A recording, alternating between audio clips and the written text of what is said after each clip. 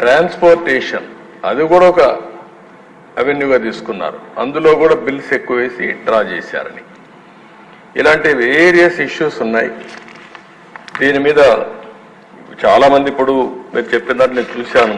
నేను అందుకనే డిఫరెంట్ మనం కూడా పోయినప్పుడు మేము కూడా ఫీల్డ్కి పోయినప్పుడు మాకు కూడా చాలా ఎక్కడలా ఇవన్నీ వచ్చాయి. అల్టిమేట్గా డిజిటల్ ట్రాన్సాక్షన్స్ 0.63%, 99,000 కోట్ల రూపాయల్లో 0.63 అంటే మొత్తం కూడా క్యాష్లోనే చేశారు.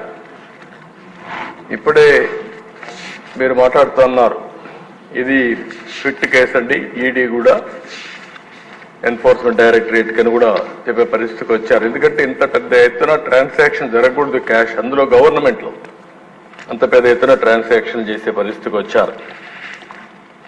ఇప్పుడే రఘురామకృష్ణ గారు మాట్లాడినప్పుడు 1 రోజులో 2 రోజుల్లో పంపించేశారు ఇంప్యూరిటీస్.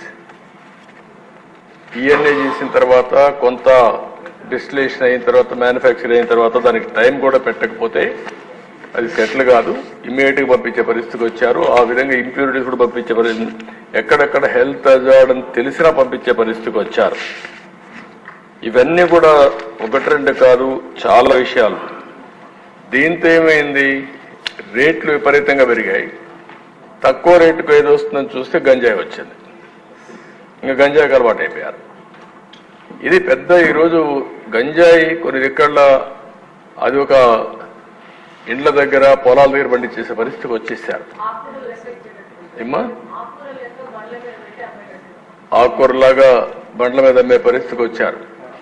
అంటే ఇది ఒక పెద్ద భయంకరమైన సిచ్యువేషన్. ఇప్పుడు ఏంటి, మొన్న మనం చూస్తున్నాం గంజాయి తాగిన వాడు అటాక్లు మొదలుపెట్టారు.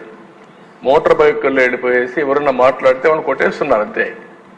ఇంకా మాట్లాడే పరిస్థితి కూడా లేకుండా చేసే, ఎవడొస్తాడు, ఎవడు తాగాడు, ఎవడున్నాడు అని కూడా లేకుండా పోయే పరిస్థితి వచ్చింది. ఒక కేబినెట్ సబ్ కమిటీ కూడా వేసాం.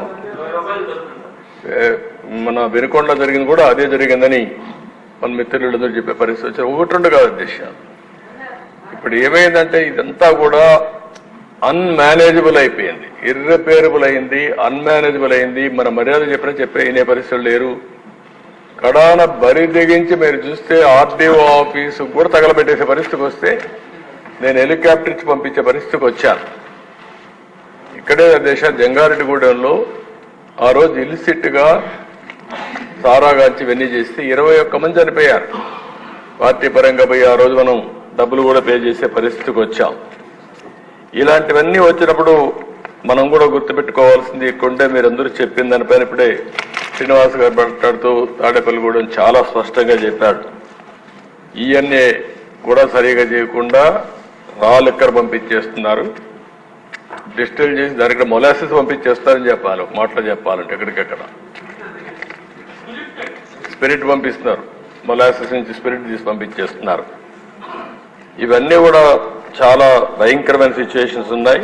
ఇప్పుడే సోమిరెడ్డి గారు చెప్పారు ఎస్ఎన్జే ఆయన దగ్గరే ఉందని. మీ దగ్గర ఉంది అది?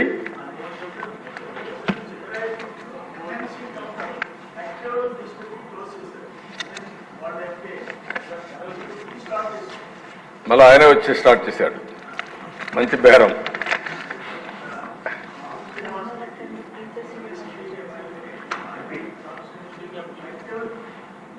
Mike. Please.